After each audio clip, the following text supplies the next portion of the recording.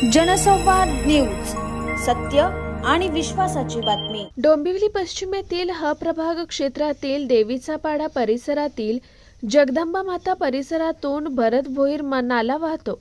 या नाल्यावर चेंबरचं झाकण नव्हतं। मुसळधार पावसामुळे नाला दुथडी वाहत होता। रविवारी रात्री 9:30च्या सुमारास परिसरातील एक 13 वर्षाचा मुलगा नाल्यात पडून वाहून गेला। आयुष एकनाथ कदम असं मरण पावलेल्या मुलाचं नाव आहे।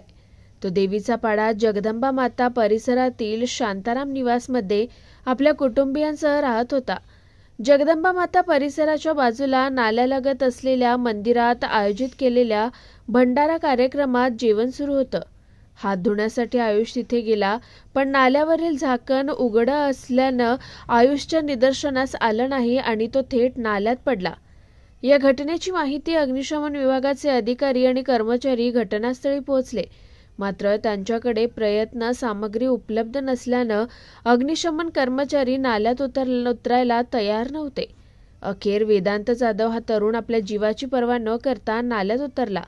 अर्ध्या तासाच्या शोधानंतर त्याने आयुषला बाहेर काढलं।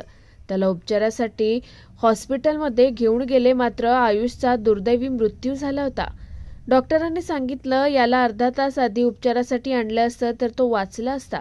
आता या प्रकरणात नाल्याचं झाकण उघडं राहण्यास जबाबदार अधिकाऱ्यांवर कारवाईची मागणी केली जाते।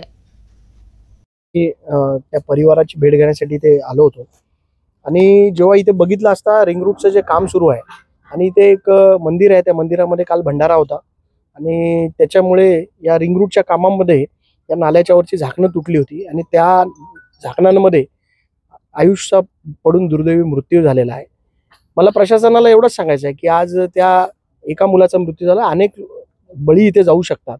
याच्याकडे प्रशासनाचं जे दुर्लक्ष झालंय त्याच्यामुळे प्रशासनाने ज्यांनी दुर्लक्ष केलं त्यांच्यावरती कडक कारवाई करावी आणि आयुषच्या परिवाराला एक महत्त्वाची मदत म्हणजे 25 लाखाचा त्याला कॉम्पन्सेशन या प्रशासनाकडून मिळालं पाहिजे, असे आमचे वडील मुंबईला लॅपटॉप रिपेअरिंगचं काम करतात। अतिशय हलाखीची परिस्थिती त्या परिवार आहे आणि आज त्यांच्यावरती एक दुःखाचं डोंगर कोसळलेला आहे। आम्ही सगळे इथले जे लोक आहेत ते एकदम भावुक झालेले आहेत। म्हणजे महत्त्वाची गोष्ट अशी, तो पडल्यानंतर 1.5 तास इथे कार्यक्रम सुरू होता। लोक आरडाओरडा करत होते की एक मुलगा पडलाय। आमच्या या यश म्हणून एक मुलगा आहे वेदांत, त्यांनी त्याला उडी मारून त्या मुलाला त्याची बॉडी बाहेर काढली आणि महत्त्वाचं म्हणजे कोणी लक्षच देत नव्हतं। 1-1.5 तास तर फायर ब्रिगेडवाले पोहोचले नाही। अतिशय अक्षम्य चुका प्रशासनाकडनं झालेल्या आहेत आणि या प्रशासनाच्या चुका आहे त्यांच्याकडे दुर्लक्ष करता येणार नाही।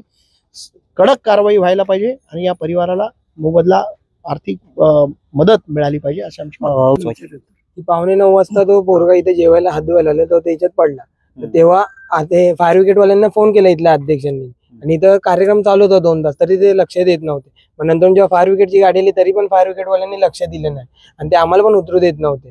ते बोलत आमच्याकडे आमचे इन्स्ट्रुमेंट नाही ना, ऑक्सिजन नाही, काहीच नाही।